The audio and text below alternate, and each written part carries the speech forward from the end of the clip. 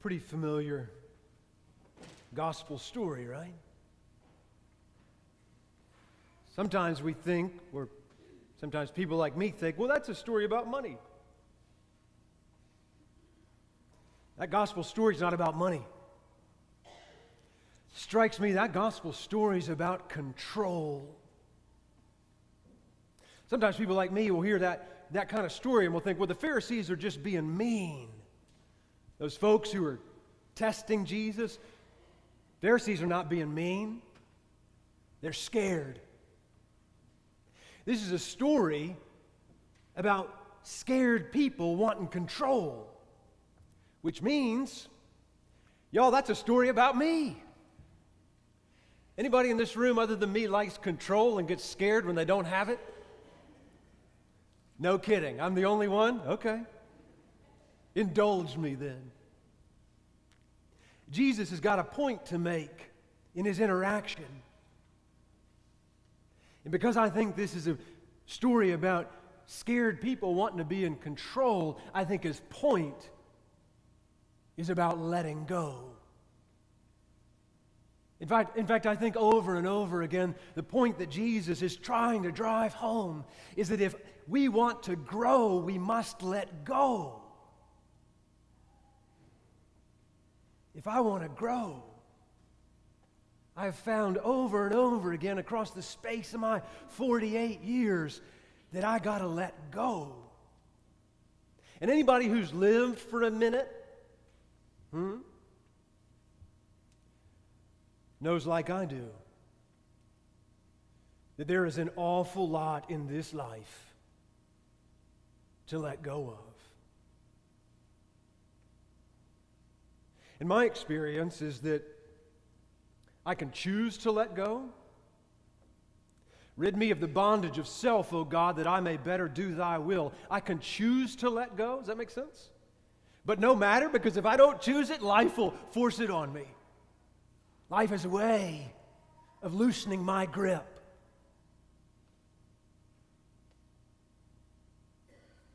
So when I was 28 years old, I was on top of the world.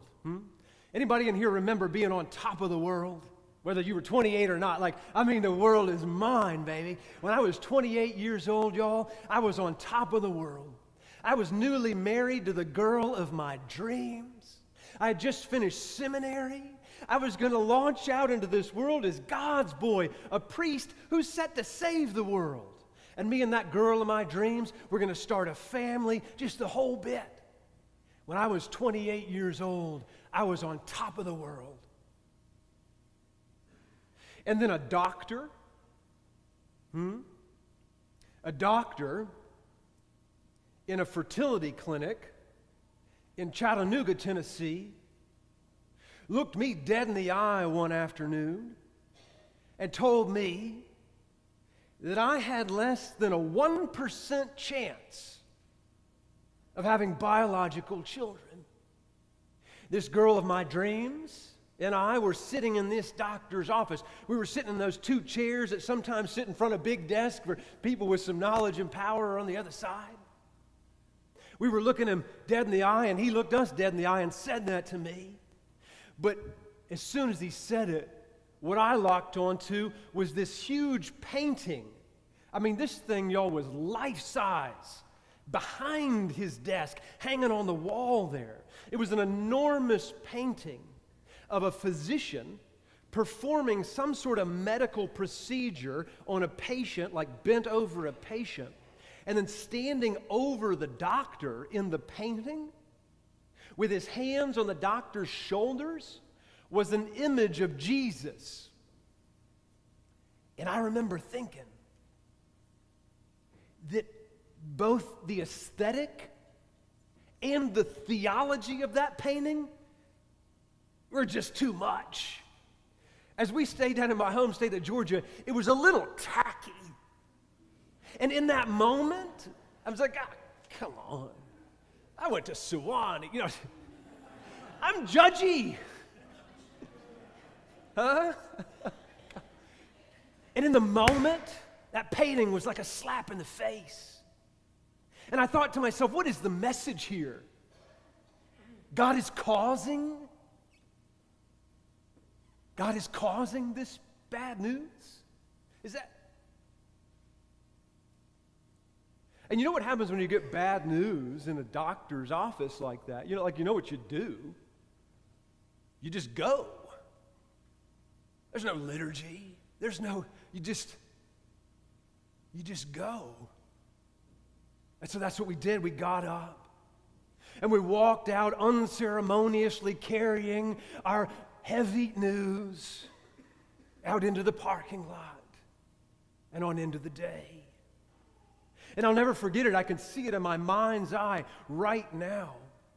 When we walked out the front door of that clinic there, the sun, oh my God, it was the sunniest day. It must have been the sunniest day on record in the history of the universe. And it wasn't a good sunny day. As we walked slowly to our car in stunned silence, the sun just bore down on my face, just pounding me. It blinded me. You know that, in a painful way, that made me squint almost to totally closing my eyes. We walked across that asphalt, which was like a scorched valley of despair and broken dreams. We were forced by life itself to let go of the biggest thing. Young couple planning to start a family, told no. Now anyone who's ever lost anything that they thought was fundamental to their identity and the dream of what would be knows what I'm talking about. Knows and probably feels even in this moment what I'm talking about. Like, you don't have to be somebody who wants to be a parent. What have you lost that is fundamental to your identity and what you thought would be? And life is forcing you to let go of it. I did not welcome this letting go. I did not welcome this letting go that life and my own body were forcing upon us.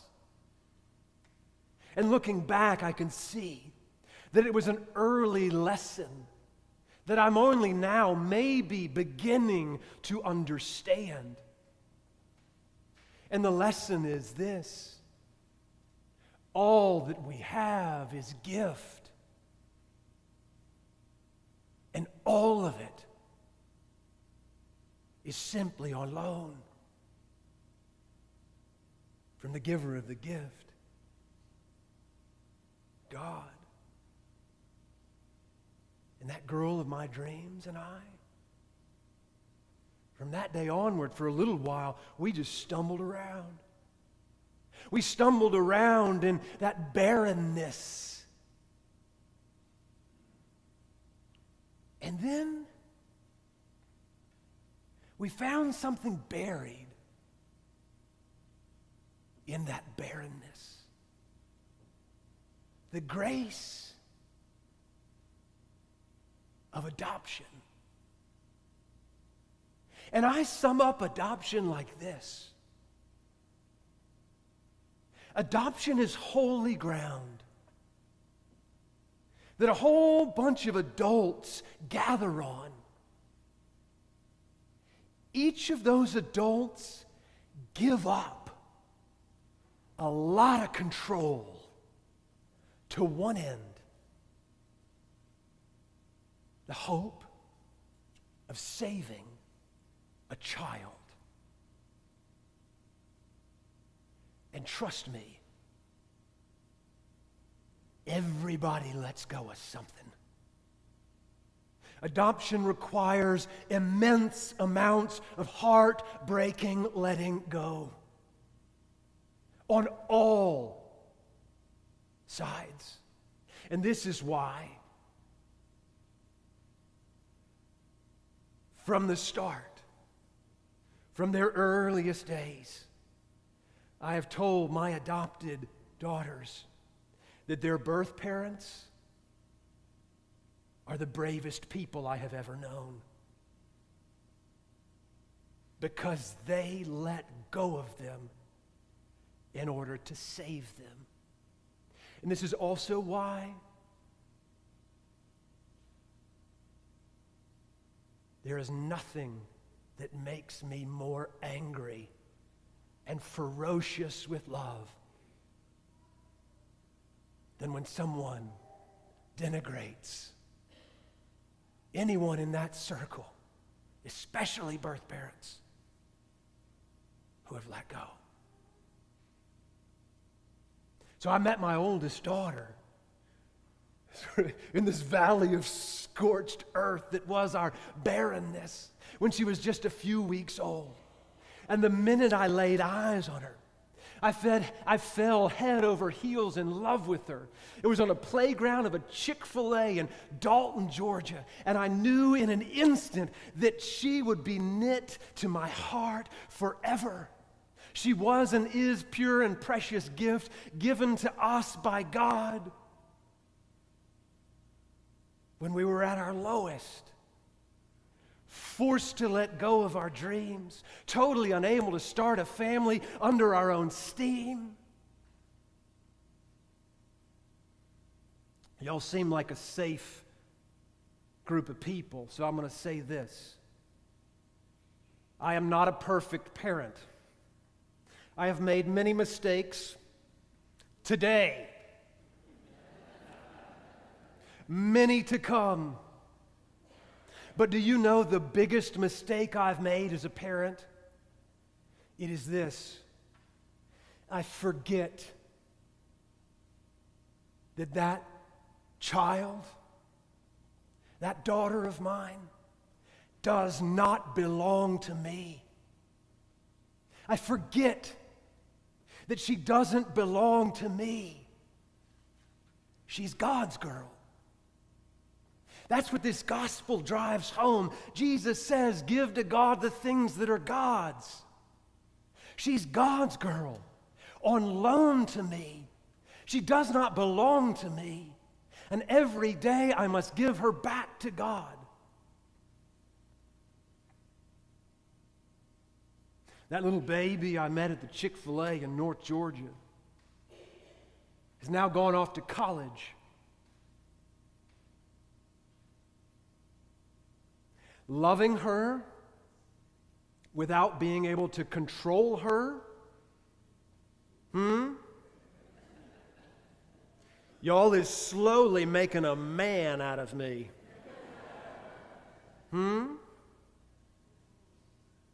Because see, until I love without the need to control, I do not know what love is.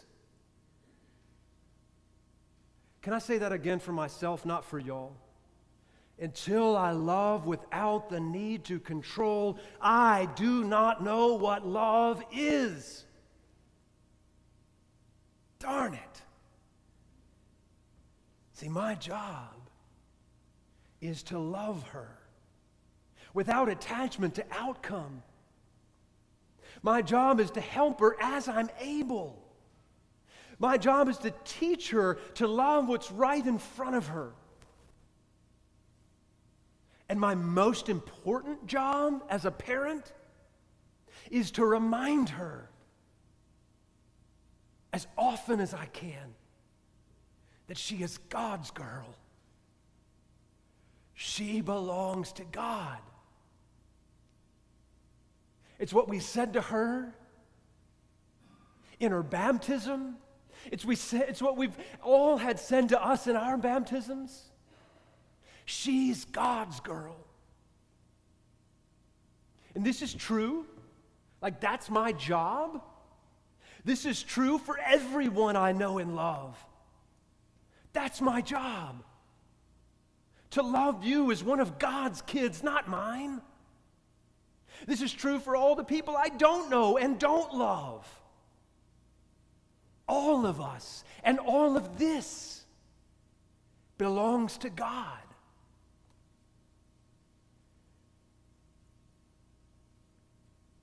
And what I've learned the hard way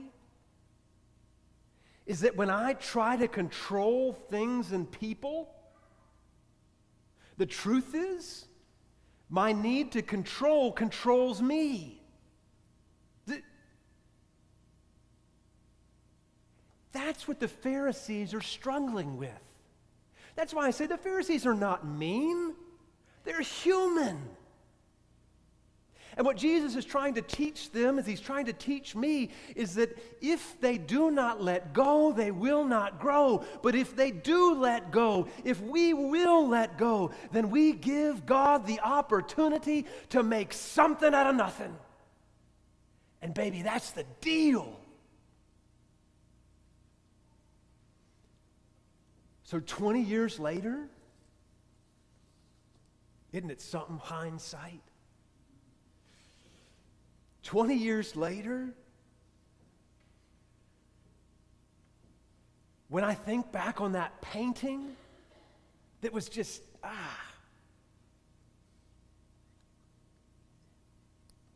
I realize it's still tacky. Don't put Jesus in your painting, you're fine. Stop it. Jesus is meant, it's stained glass. Sorry, I'm very judgy. Sorry.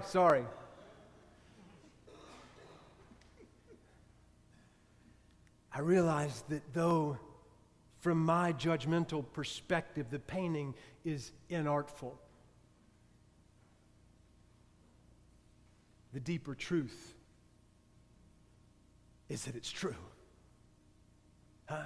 The deeper truth is that the image conveyed, the theology conveyed in the painting is true. There is nowhere that God is not. God is in the bad news, and God is in the good news, and not as cause, but as recipient.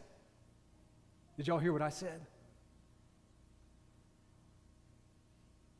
So not only was Jesus with the physician who was giving the news, Jesus, Betty, was with me, sitting in my chair, in my skin, receiving the bad news.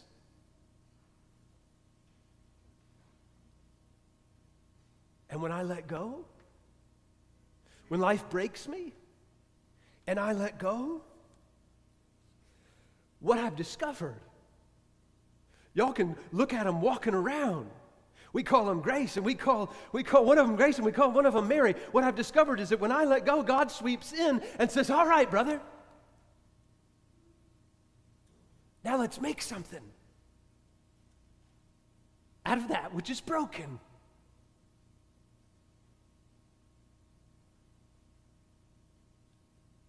This is what it means to be a Christian. Let's make something together with God out of that which is broken.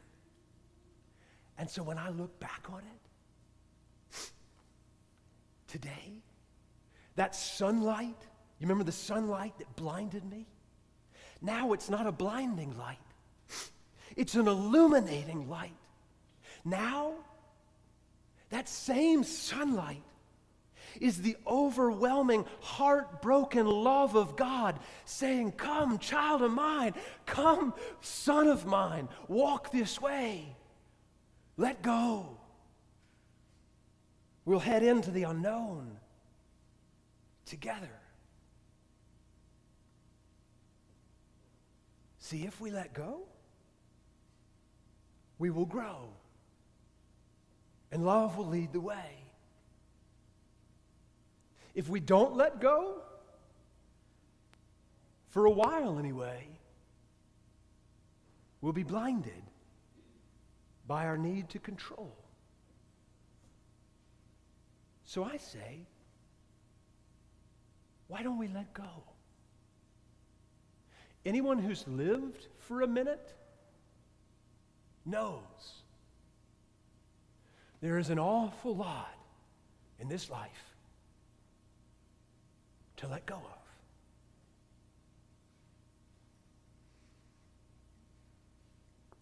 Amen.